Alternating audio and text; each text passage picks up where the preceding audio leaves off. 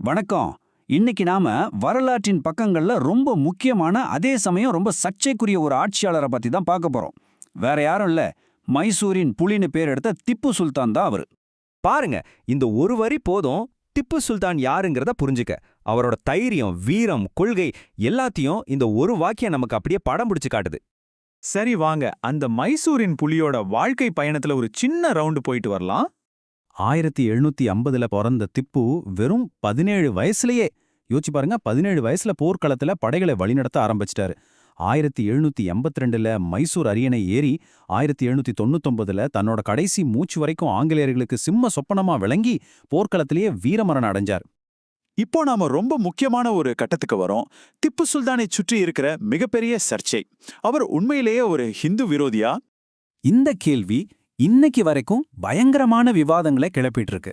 நிறைய பேர் அவரை ஒரு மதவெறியர் மாதிரி சித்தரிக்கிறாங்க.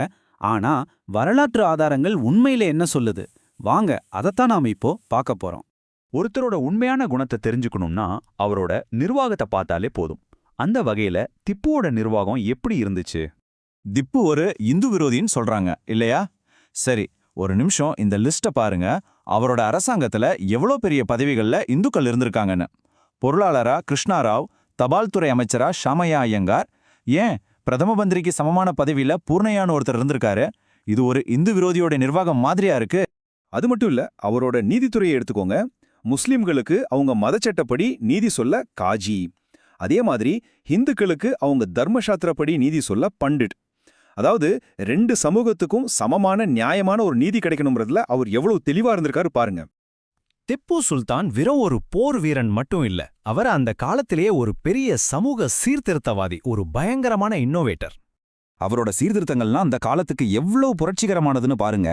மது, விபச்சாரம், கஞ்சான்னு எல்லா போதைப் பொருளுக்கும் முழு தடை விதிச்சாரு.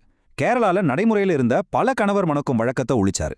எல்லாத்துக்கும் மேல ஜாதி பேதம் பார்க்காம எல்லா பெண்களும் மேலாடை அணியலான்னு உத்தரவு போட்டாரு. அந்த காலத்துல இருந்த முளைவரி மாதிரியான கொடுமைகளை ஒழிச்சதுல இவருக்கு ஒரு பெரிய பங்கு இருக்கு. இப்போ ஒரு ஆச்சரியமான விஷயம் சொல்லட்டுமா? மைசூரோட ஒரு முக்கியமான பொக்கிஷம் இன்னைக்கும் லண்டன் மியூசியத்துல இருக்கு. அது என்னவா இருக்கும்னு நினைக்கிறீங்க? அதுதான் திப்புவோட ராக்கெட்டுகள். ஆமாங்க, உலகத்தோட முதல் மிலிட்டரி ராக்கெட்டுகளை உருவாக்கின பெருமை திப்பு சுல்தானையே சேரும். இது பிரெஞ்சுக்காரங்க சொல்லிக் கொடுத்த டெக்னாலஜி எல்லாம் இல்ல, முழுக்க முழுக்க நம்ம இந்திய தொழில்நுட்பம். இந்த ராக்கெட்டுகளை கைப்பற்றி அதை ரிவர்ஸ் இன்ஜினியரிங் பண்ணி தான் பிரிட்டிஷ்காரங்களே ராக்கெட் டெக்னாலஜியை கத்துக்கிட்டாங்க. நம்ம அப்துல் கலாம் ஐயா கூட இந்த ராக்கெட்டுகள் மேல சிறப்பு கவனம் செலுத்தினார்னா பாத்துக்கோங்க. இது நாமளா சொல்றதில்ல. பிரிட்டிஷ் விஞ்ஞானியான சர் பெர்னார்ட் லோவல் என்ன சொல்லியிருக்காருன்னா, இன்னைக்கு நாம பார்க்குற ஸ்பேஸ் ரிசர்ச்சோட ஆரம்ப புள்ளியே திப்புவோட ராக்கெட்டுகள் தான் அவங்களே ஒத்துக்கிறாங்க. எதிரிகளே ஒப்புக்கொண்ட உண்மை இது. ஒருத்தரோட உண்மையான பலத்தை தெரிஞ்சிக்க அவரோட எதிரிகள் அவரை பத்தி என்ன நினைச்சாங்கன்னு பாக்குறது தான் சரியான தரிகா. சும்மா சொல்லல, அப்போ இருந்த லண்டன் நியூஸ் பேப்பர்ஸ் எல்லாம் திப்புவோட ராஜ்யத்தை கிழக்கிந்திய கம்பெனியோட கொலை நடுக்கம் தான் எழுதுச்சு. அந்த அளவுக்கு பிரிட்டிஷ் சாம்ராஜ்யத்தையே ஆட்டி பார்த்திருக்காரு திப்பு.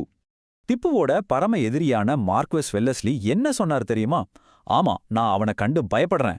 அவன் மத்த இந்திய ராஜாக்கள் மாதிரி சாதாரண ஆள் இல்ல. நல்ல வேளை மத்த ராஜாக்கள்லாம் அவனை போல இல்லாம கோழைகளா இருக்காங்க, அதுதான் நம்ம அதிர்ஷ்டம் சொல்லிருக்காரு.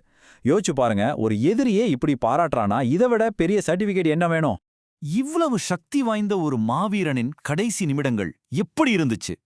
மே 4, 1799 தன்னோட தலைநகர் ஸ்ரீரங்கப்பட்டினத்தை எதிரிகள் கிட்ட இருந்து காப்பாத்துறதுக்காக நடந்த கடைசி போர்ல அந்த மைசூரின் புலி களத்திலேயே வீரமரணம் அடைஞ்சது. வாழ்ந்ததும் புலியாக, மடிந்ததும் புலியாகவே. அப்போ கடைசியா ஒரே ஒரு கேள்விதான். திப்பு சுல்தான் ஒரு மாபெரும் போர் வீரன், ஒரு புதுமையாளர், ஒரு சமூக சீர்திருத்தவாதி. அதே சமயம் அவரை சுத்தி பல சர்ச்சைகளும் இருக்கு. இப்படிப்பட்ட ஒரு சிக்கலான ஆட்சியாளரை, இந்த மைசூரின் புலிய வரலாறு எப்படி நினைவுல வச்சுக்கணும்? இந்த கேள்விக்கான பதில வரலாறு கிட்ட மட்டும் இல்ல, நாம நமக்குள்ளேயும் கேட்டுக்க வேண்டிய ஒரு முக்கியமான கேள்வி இது.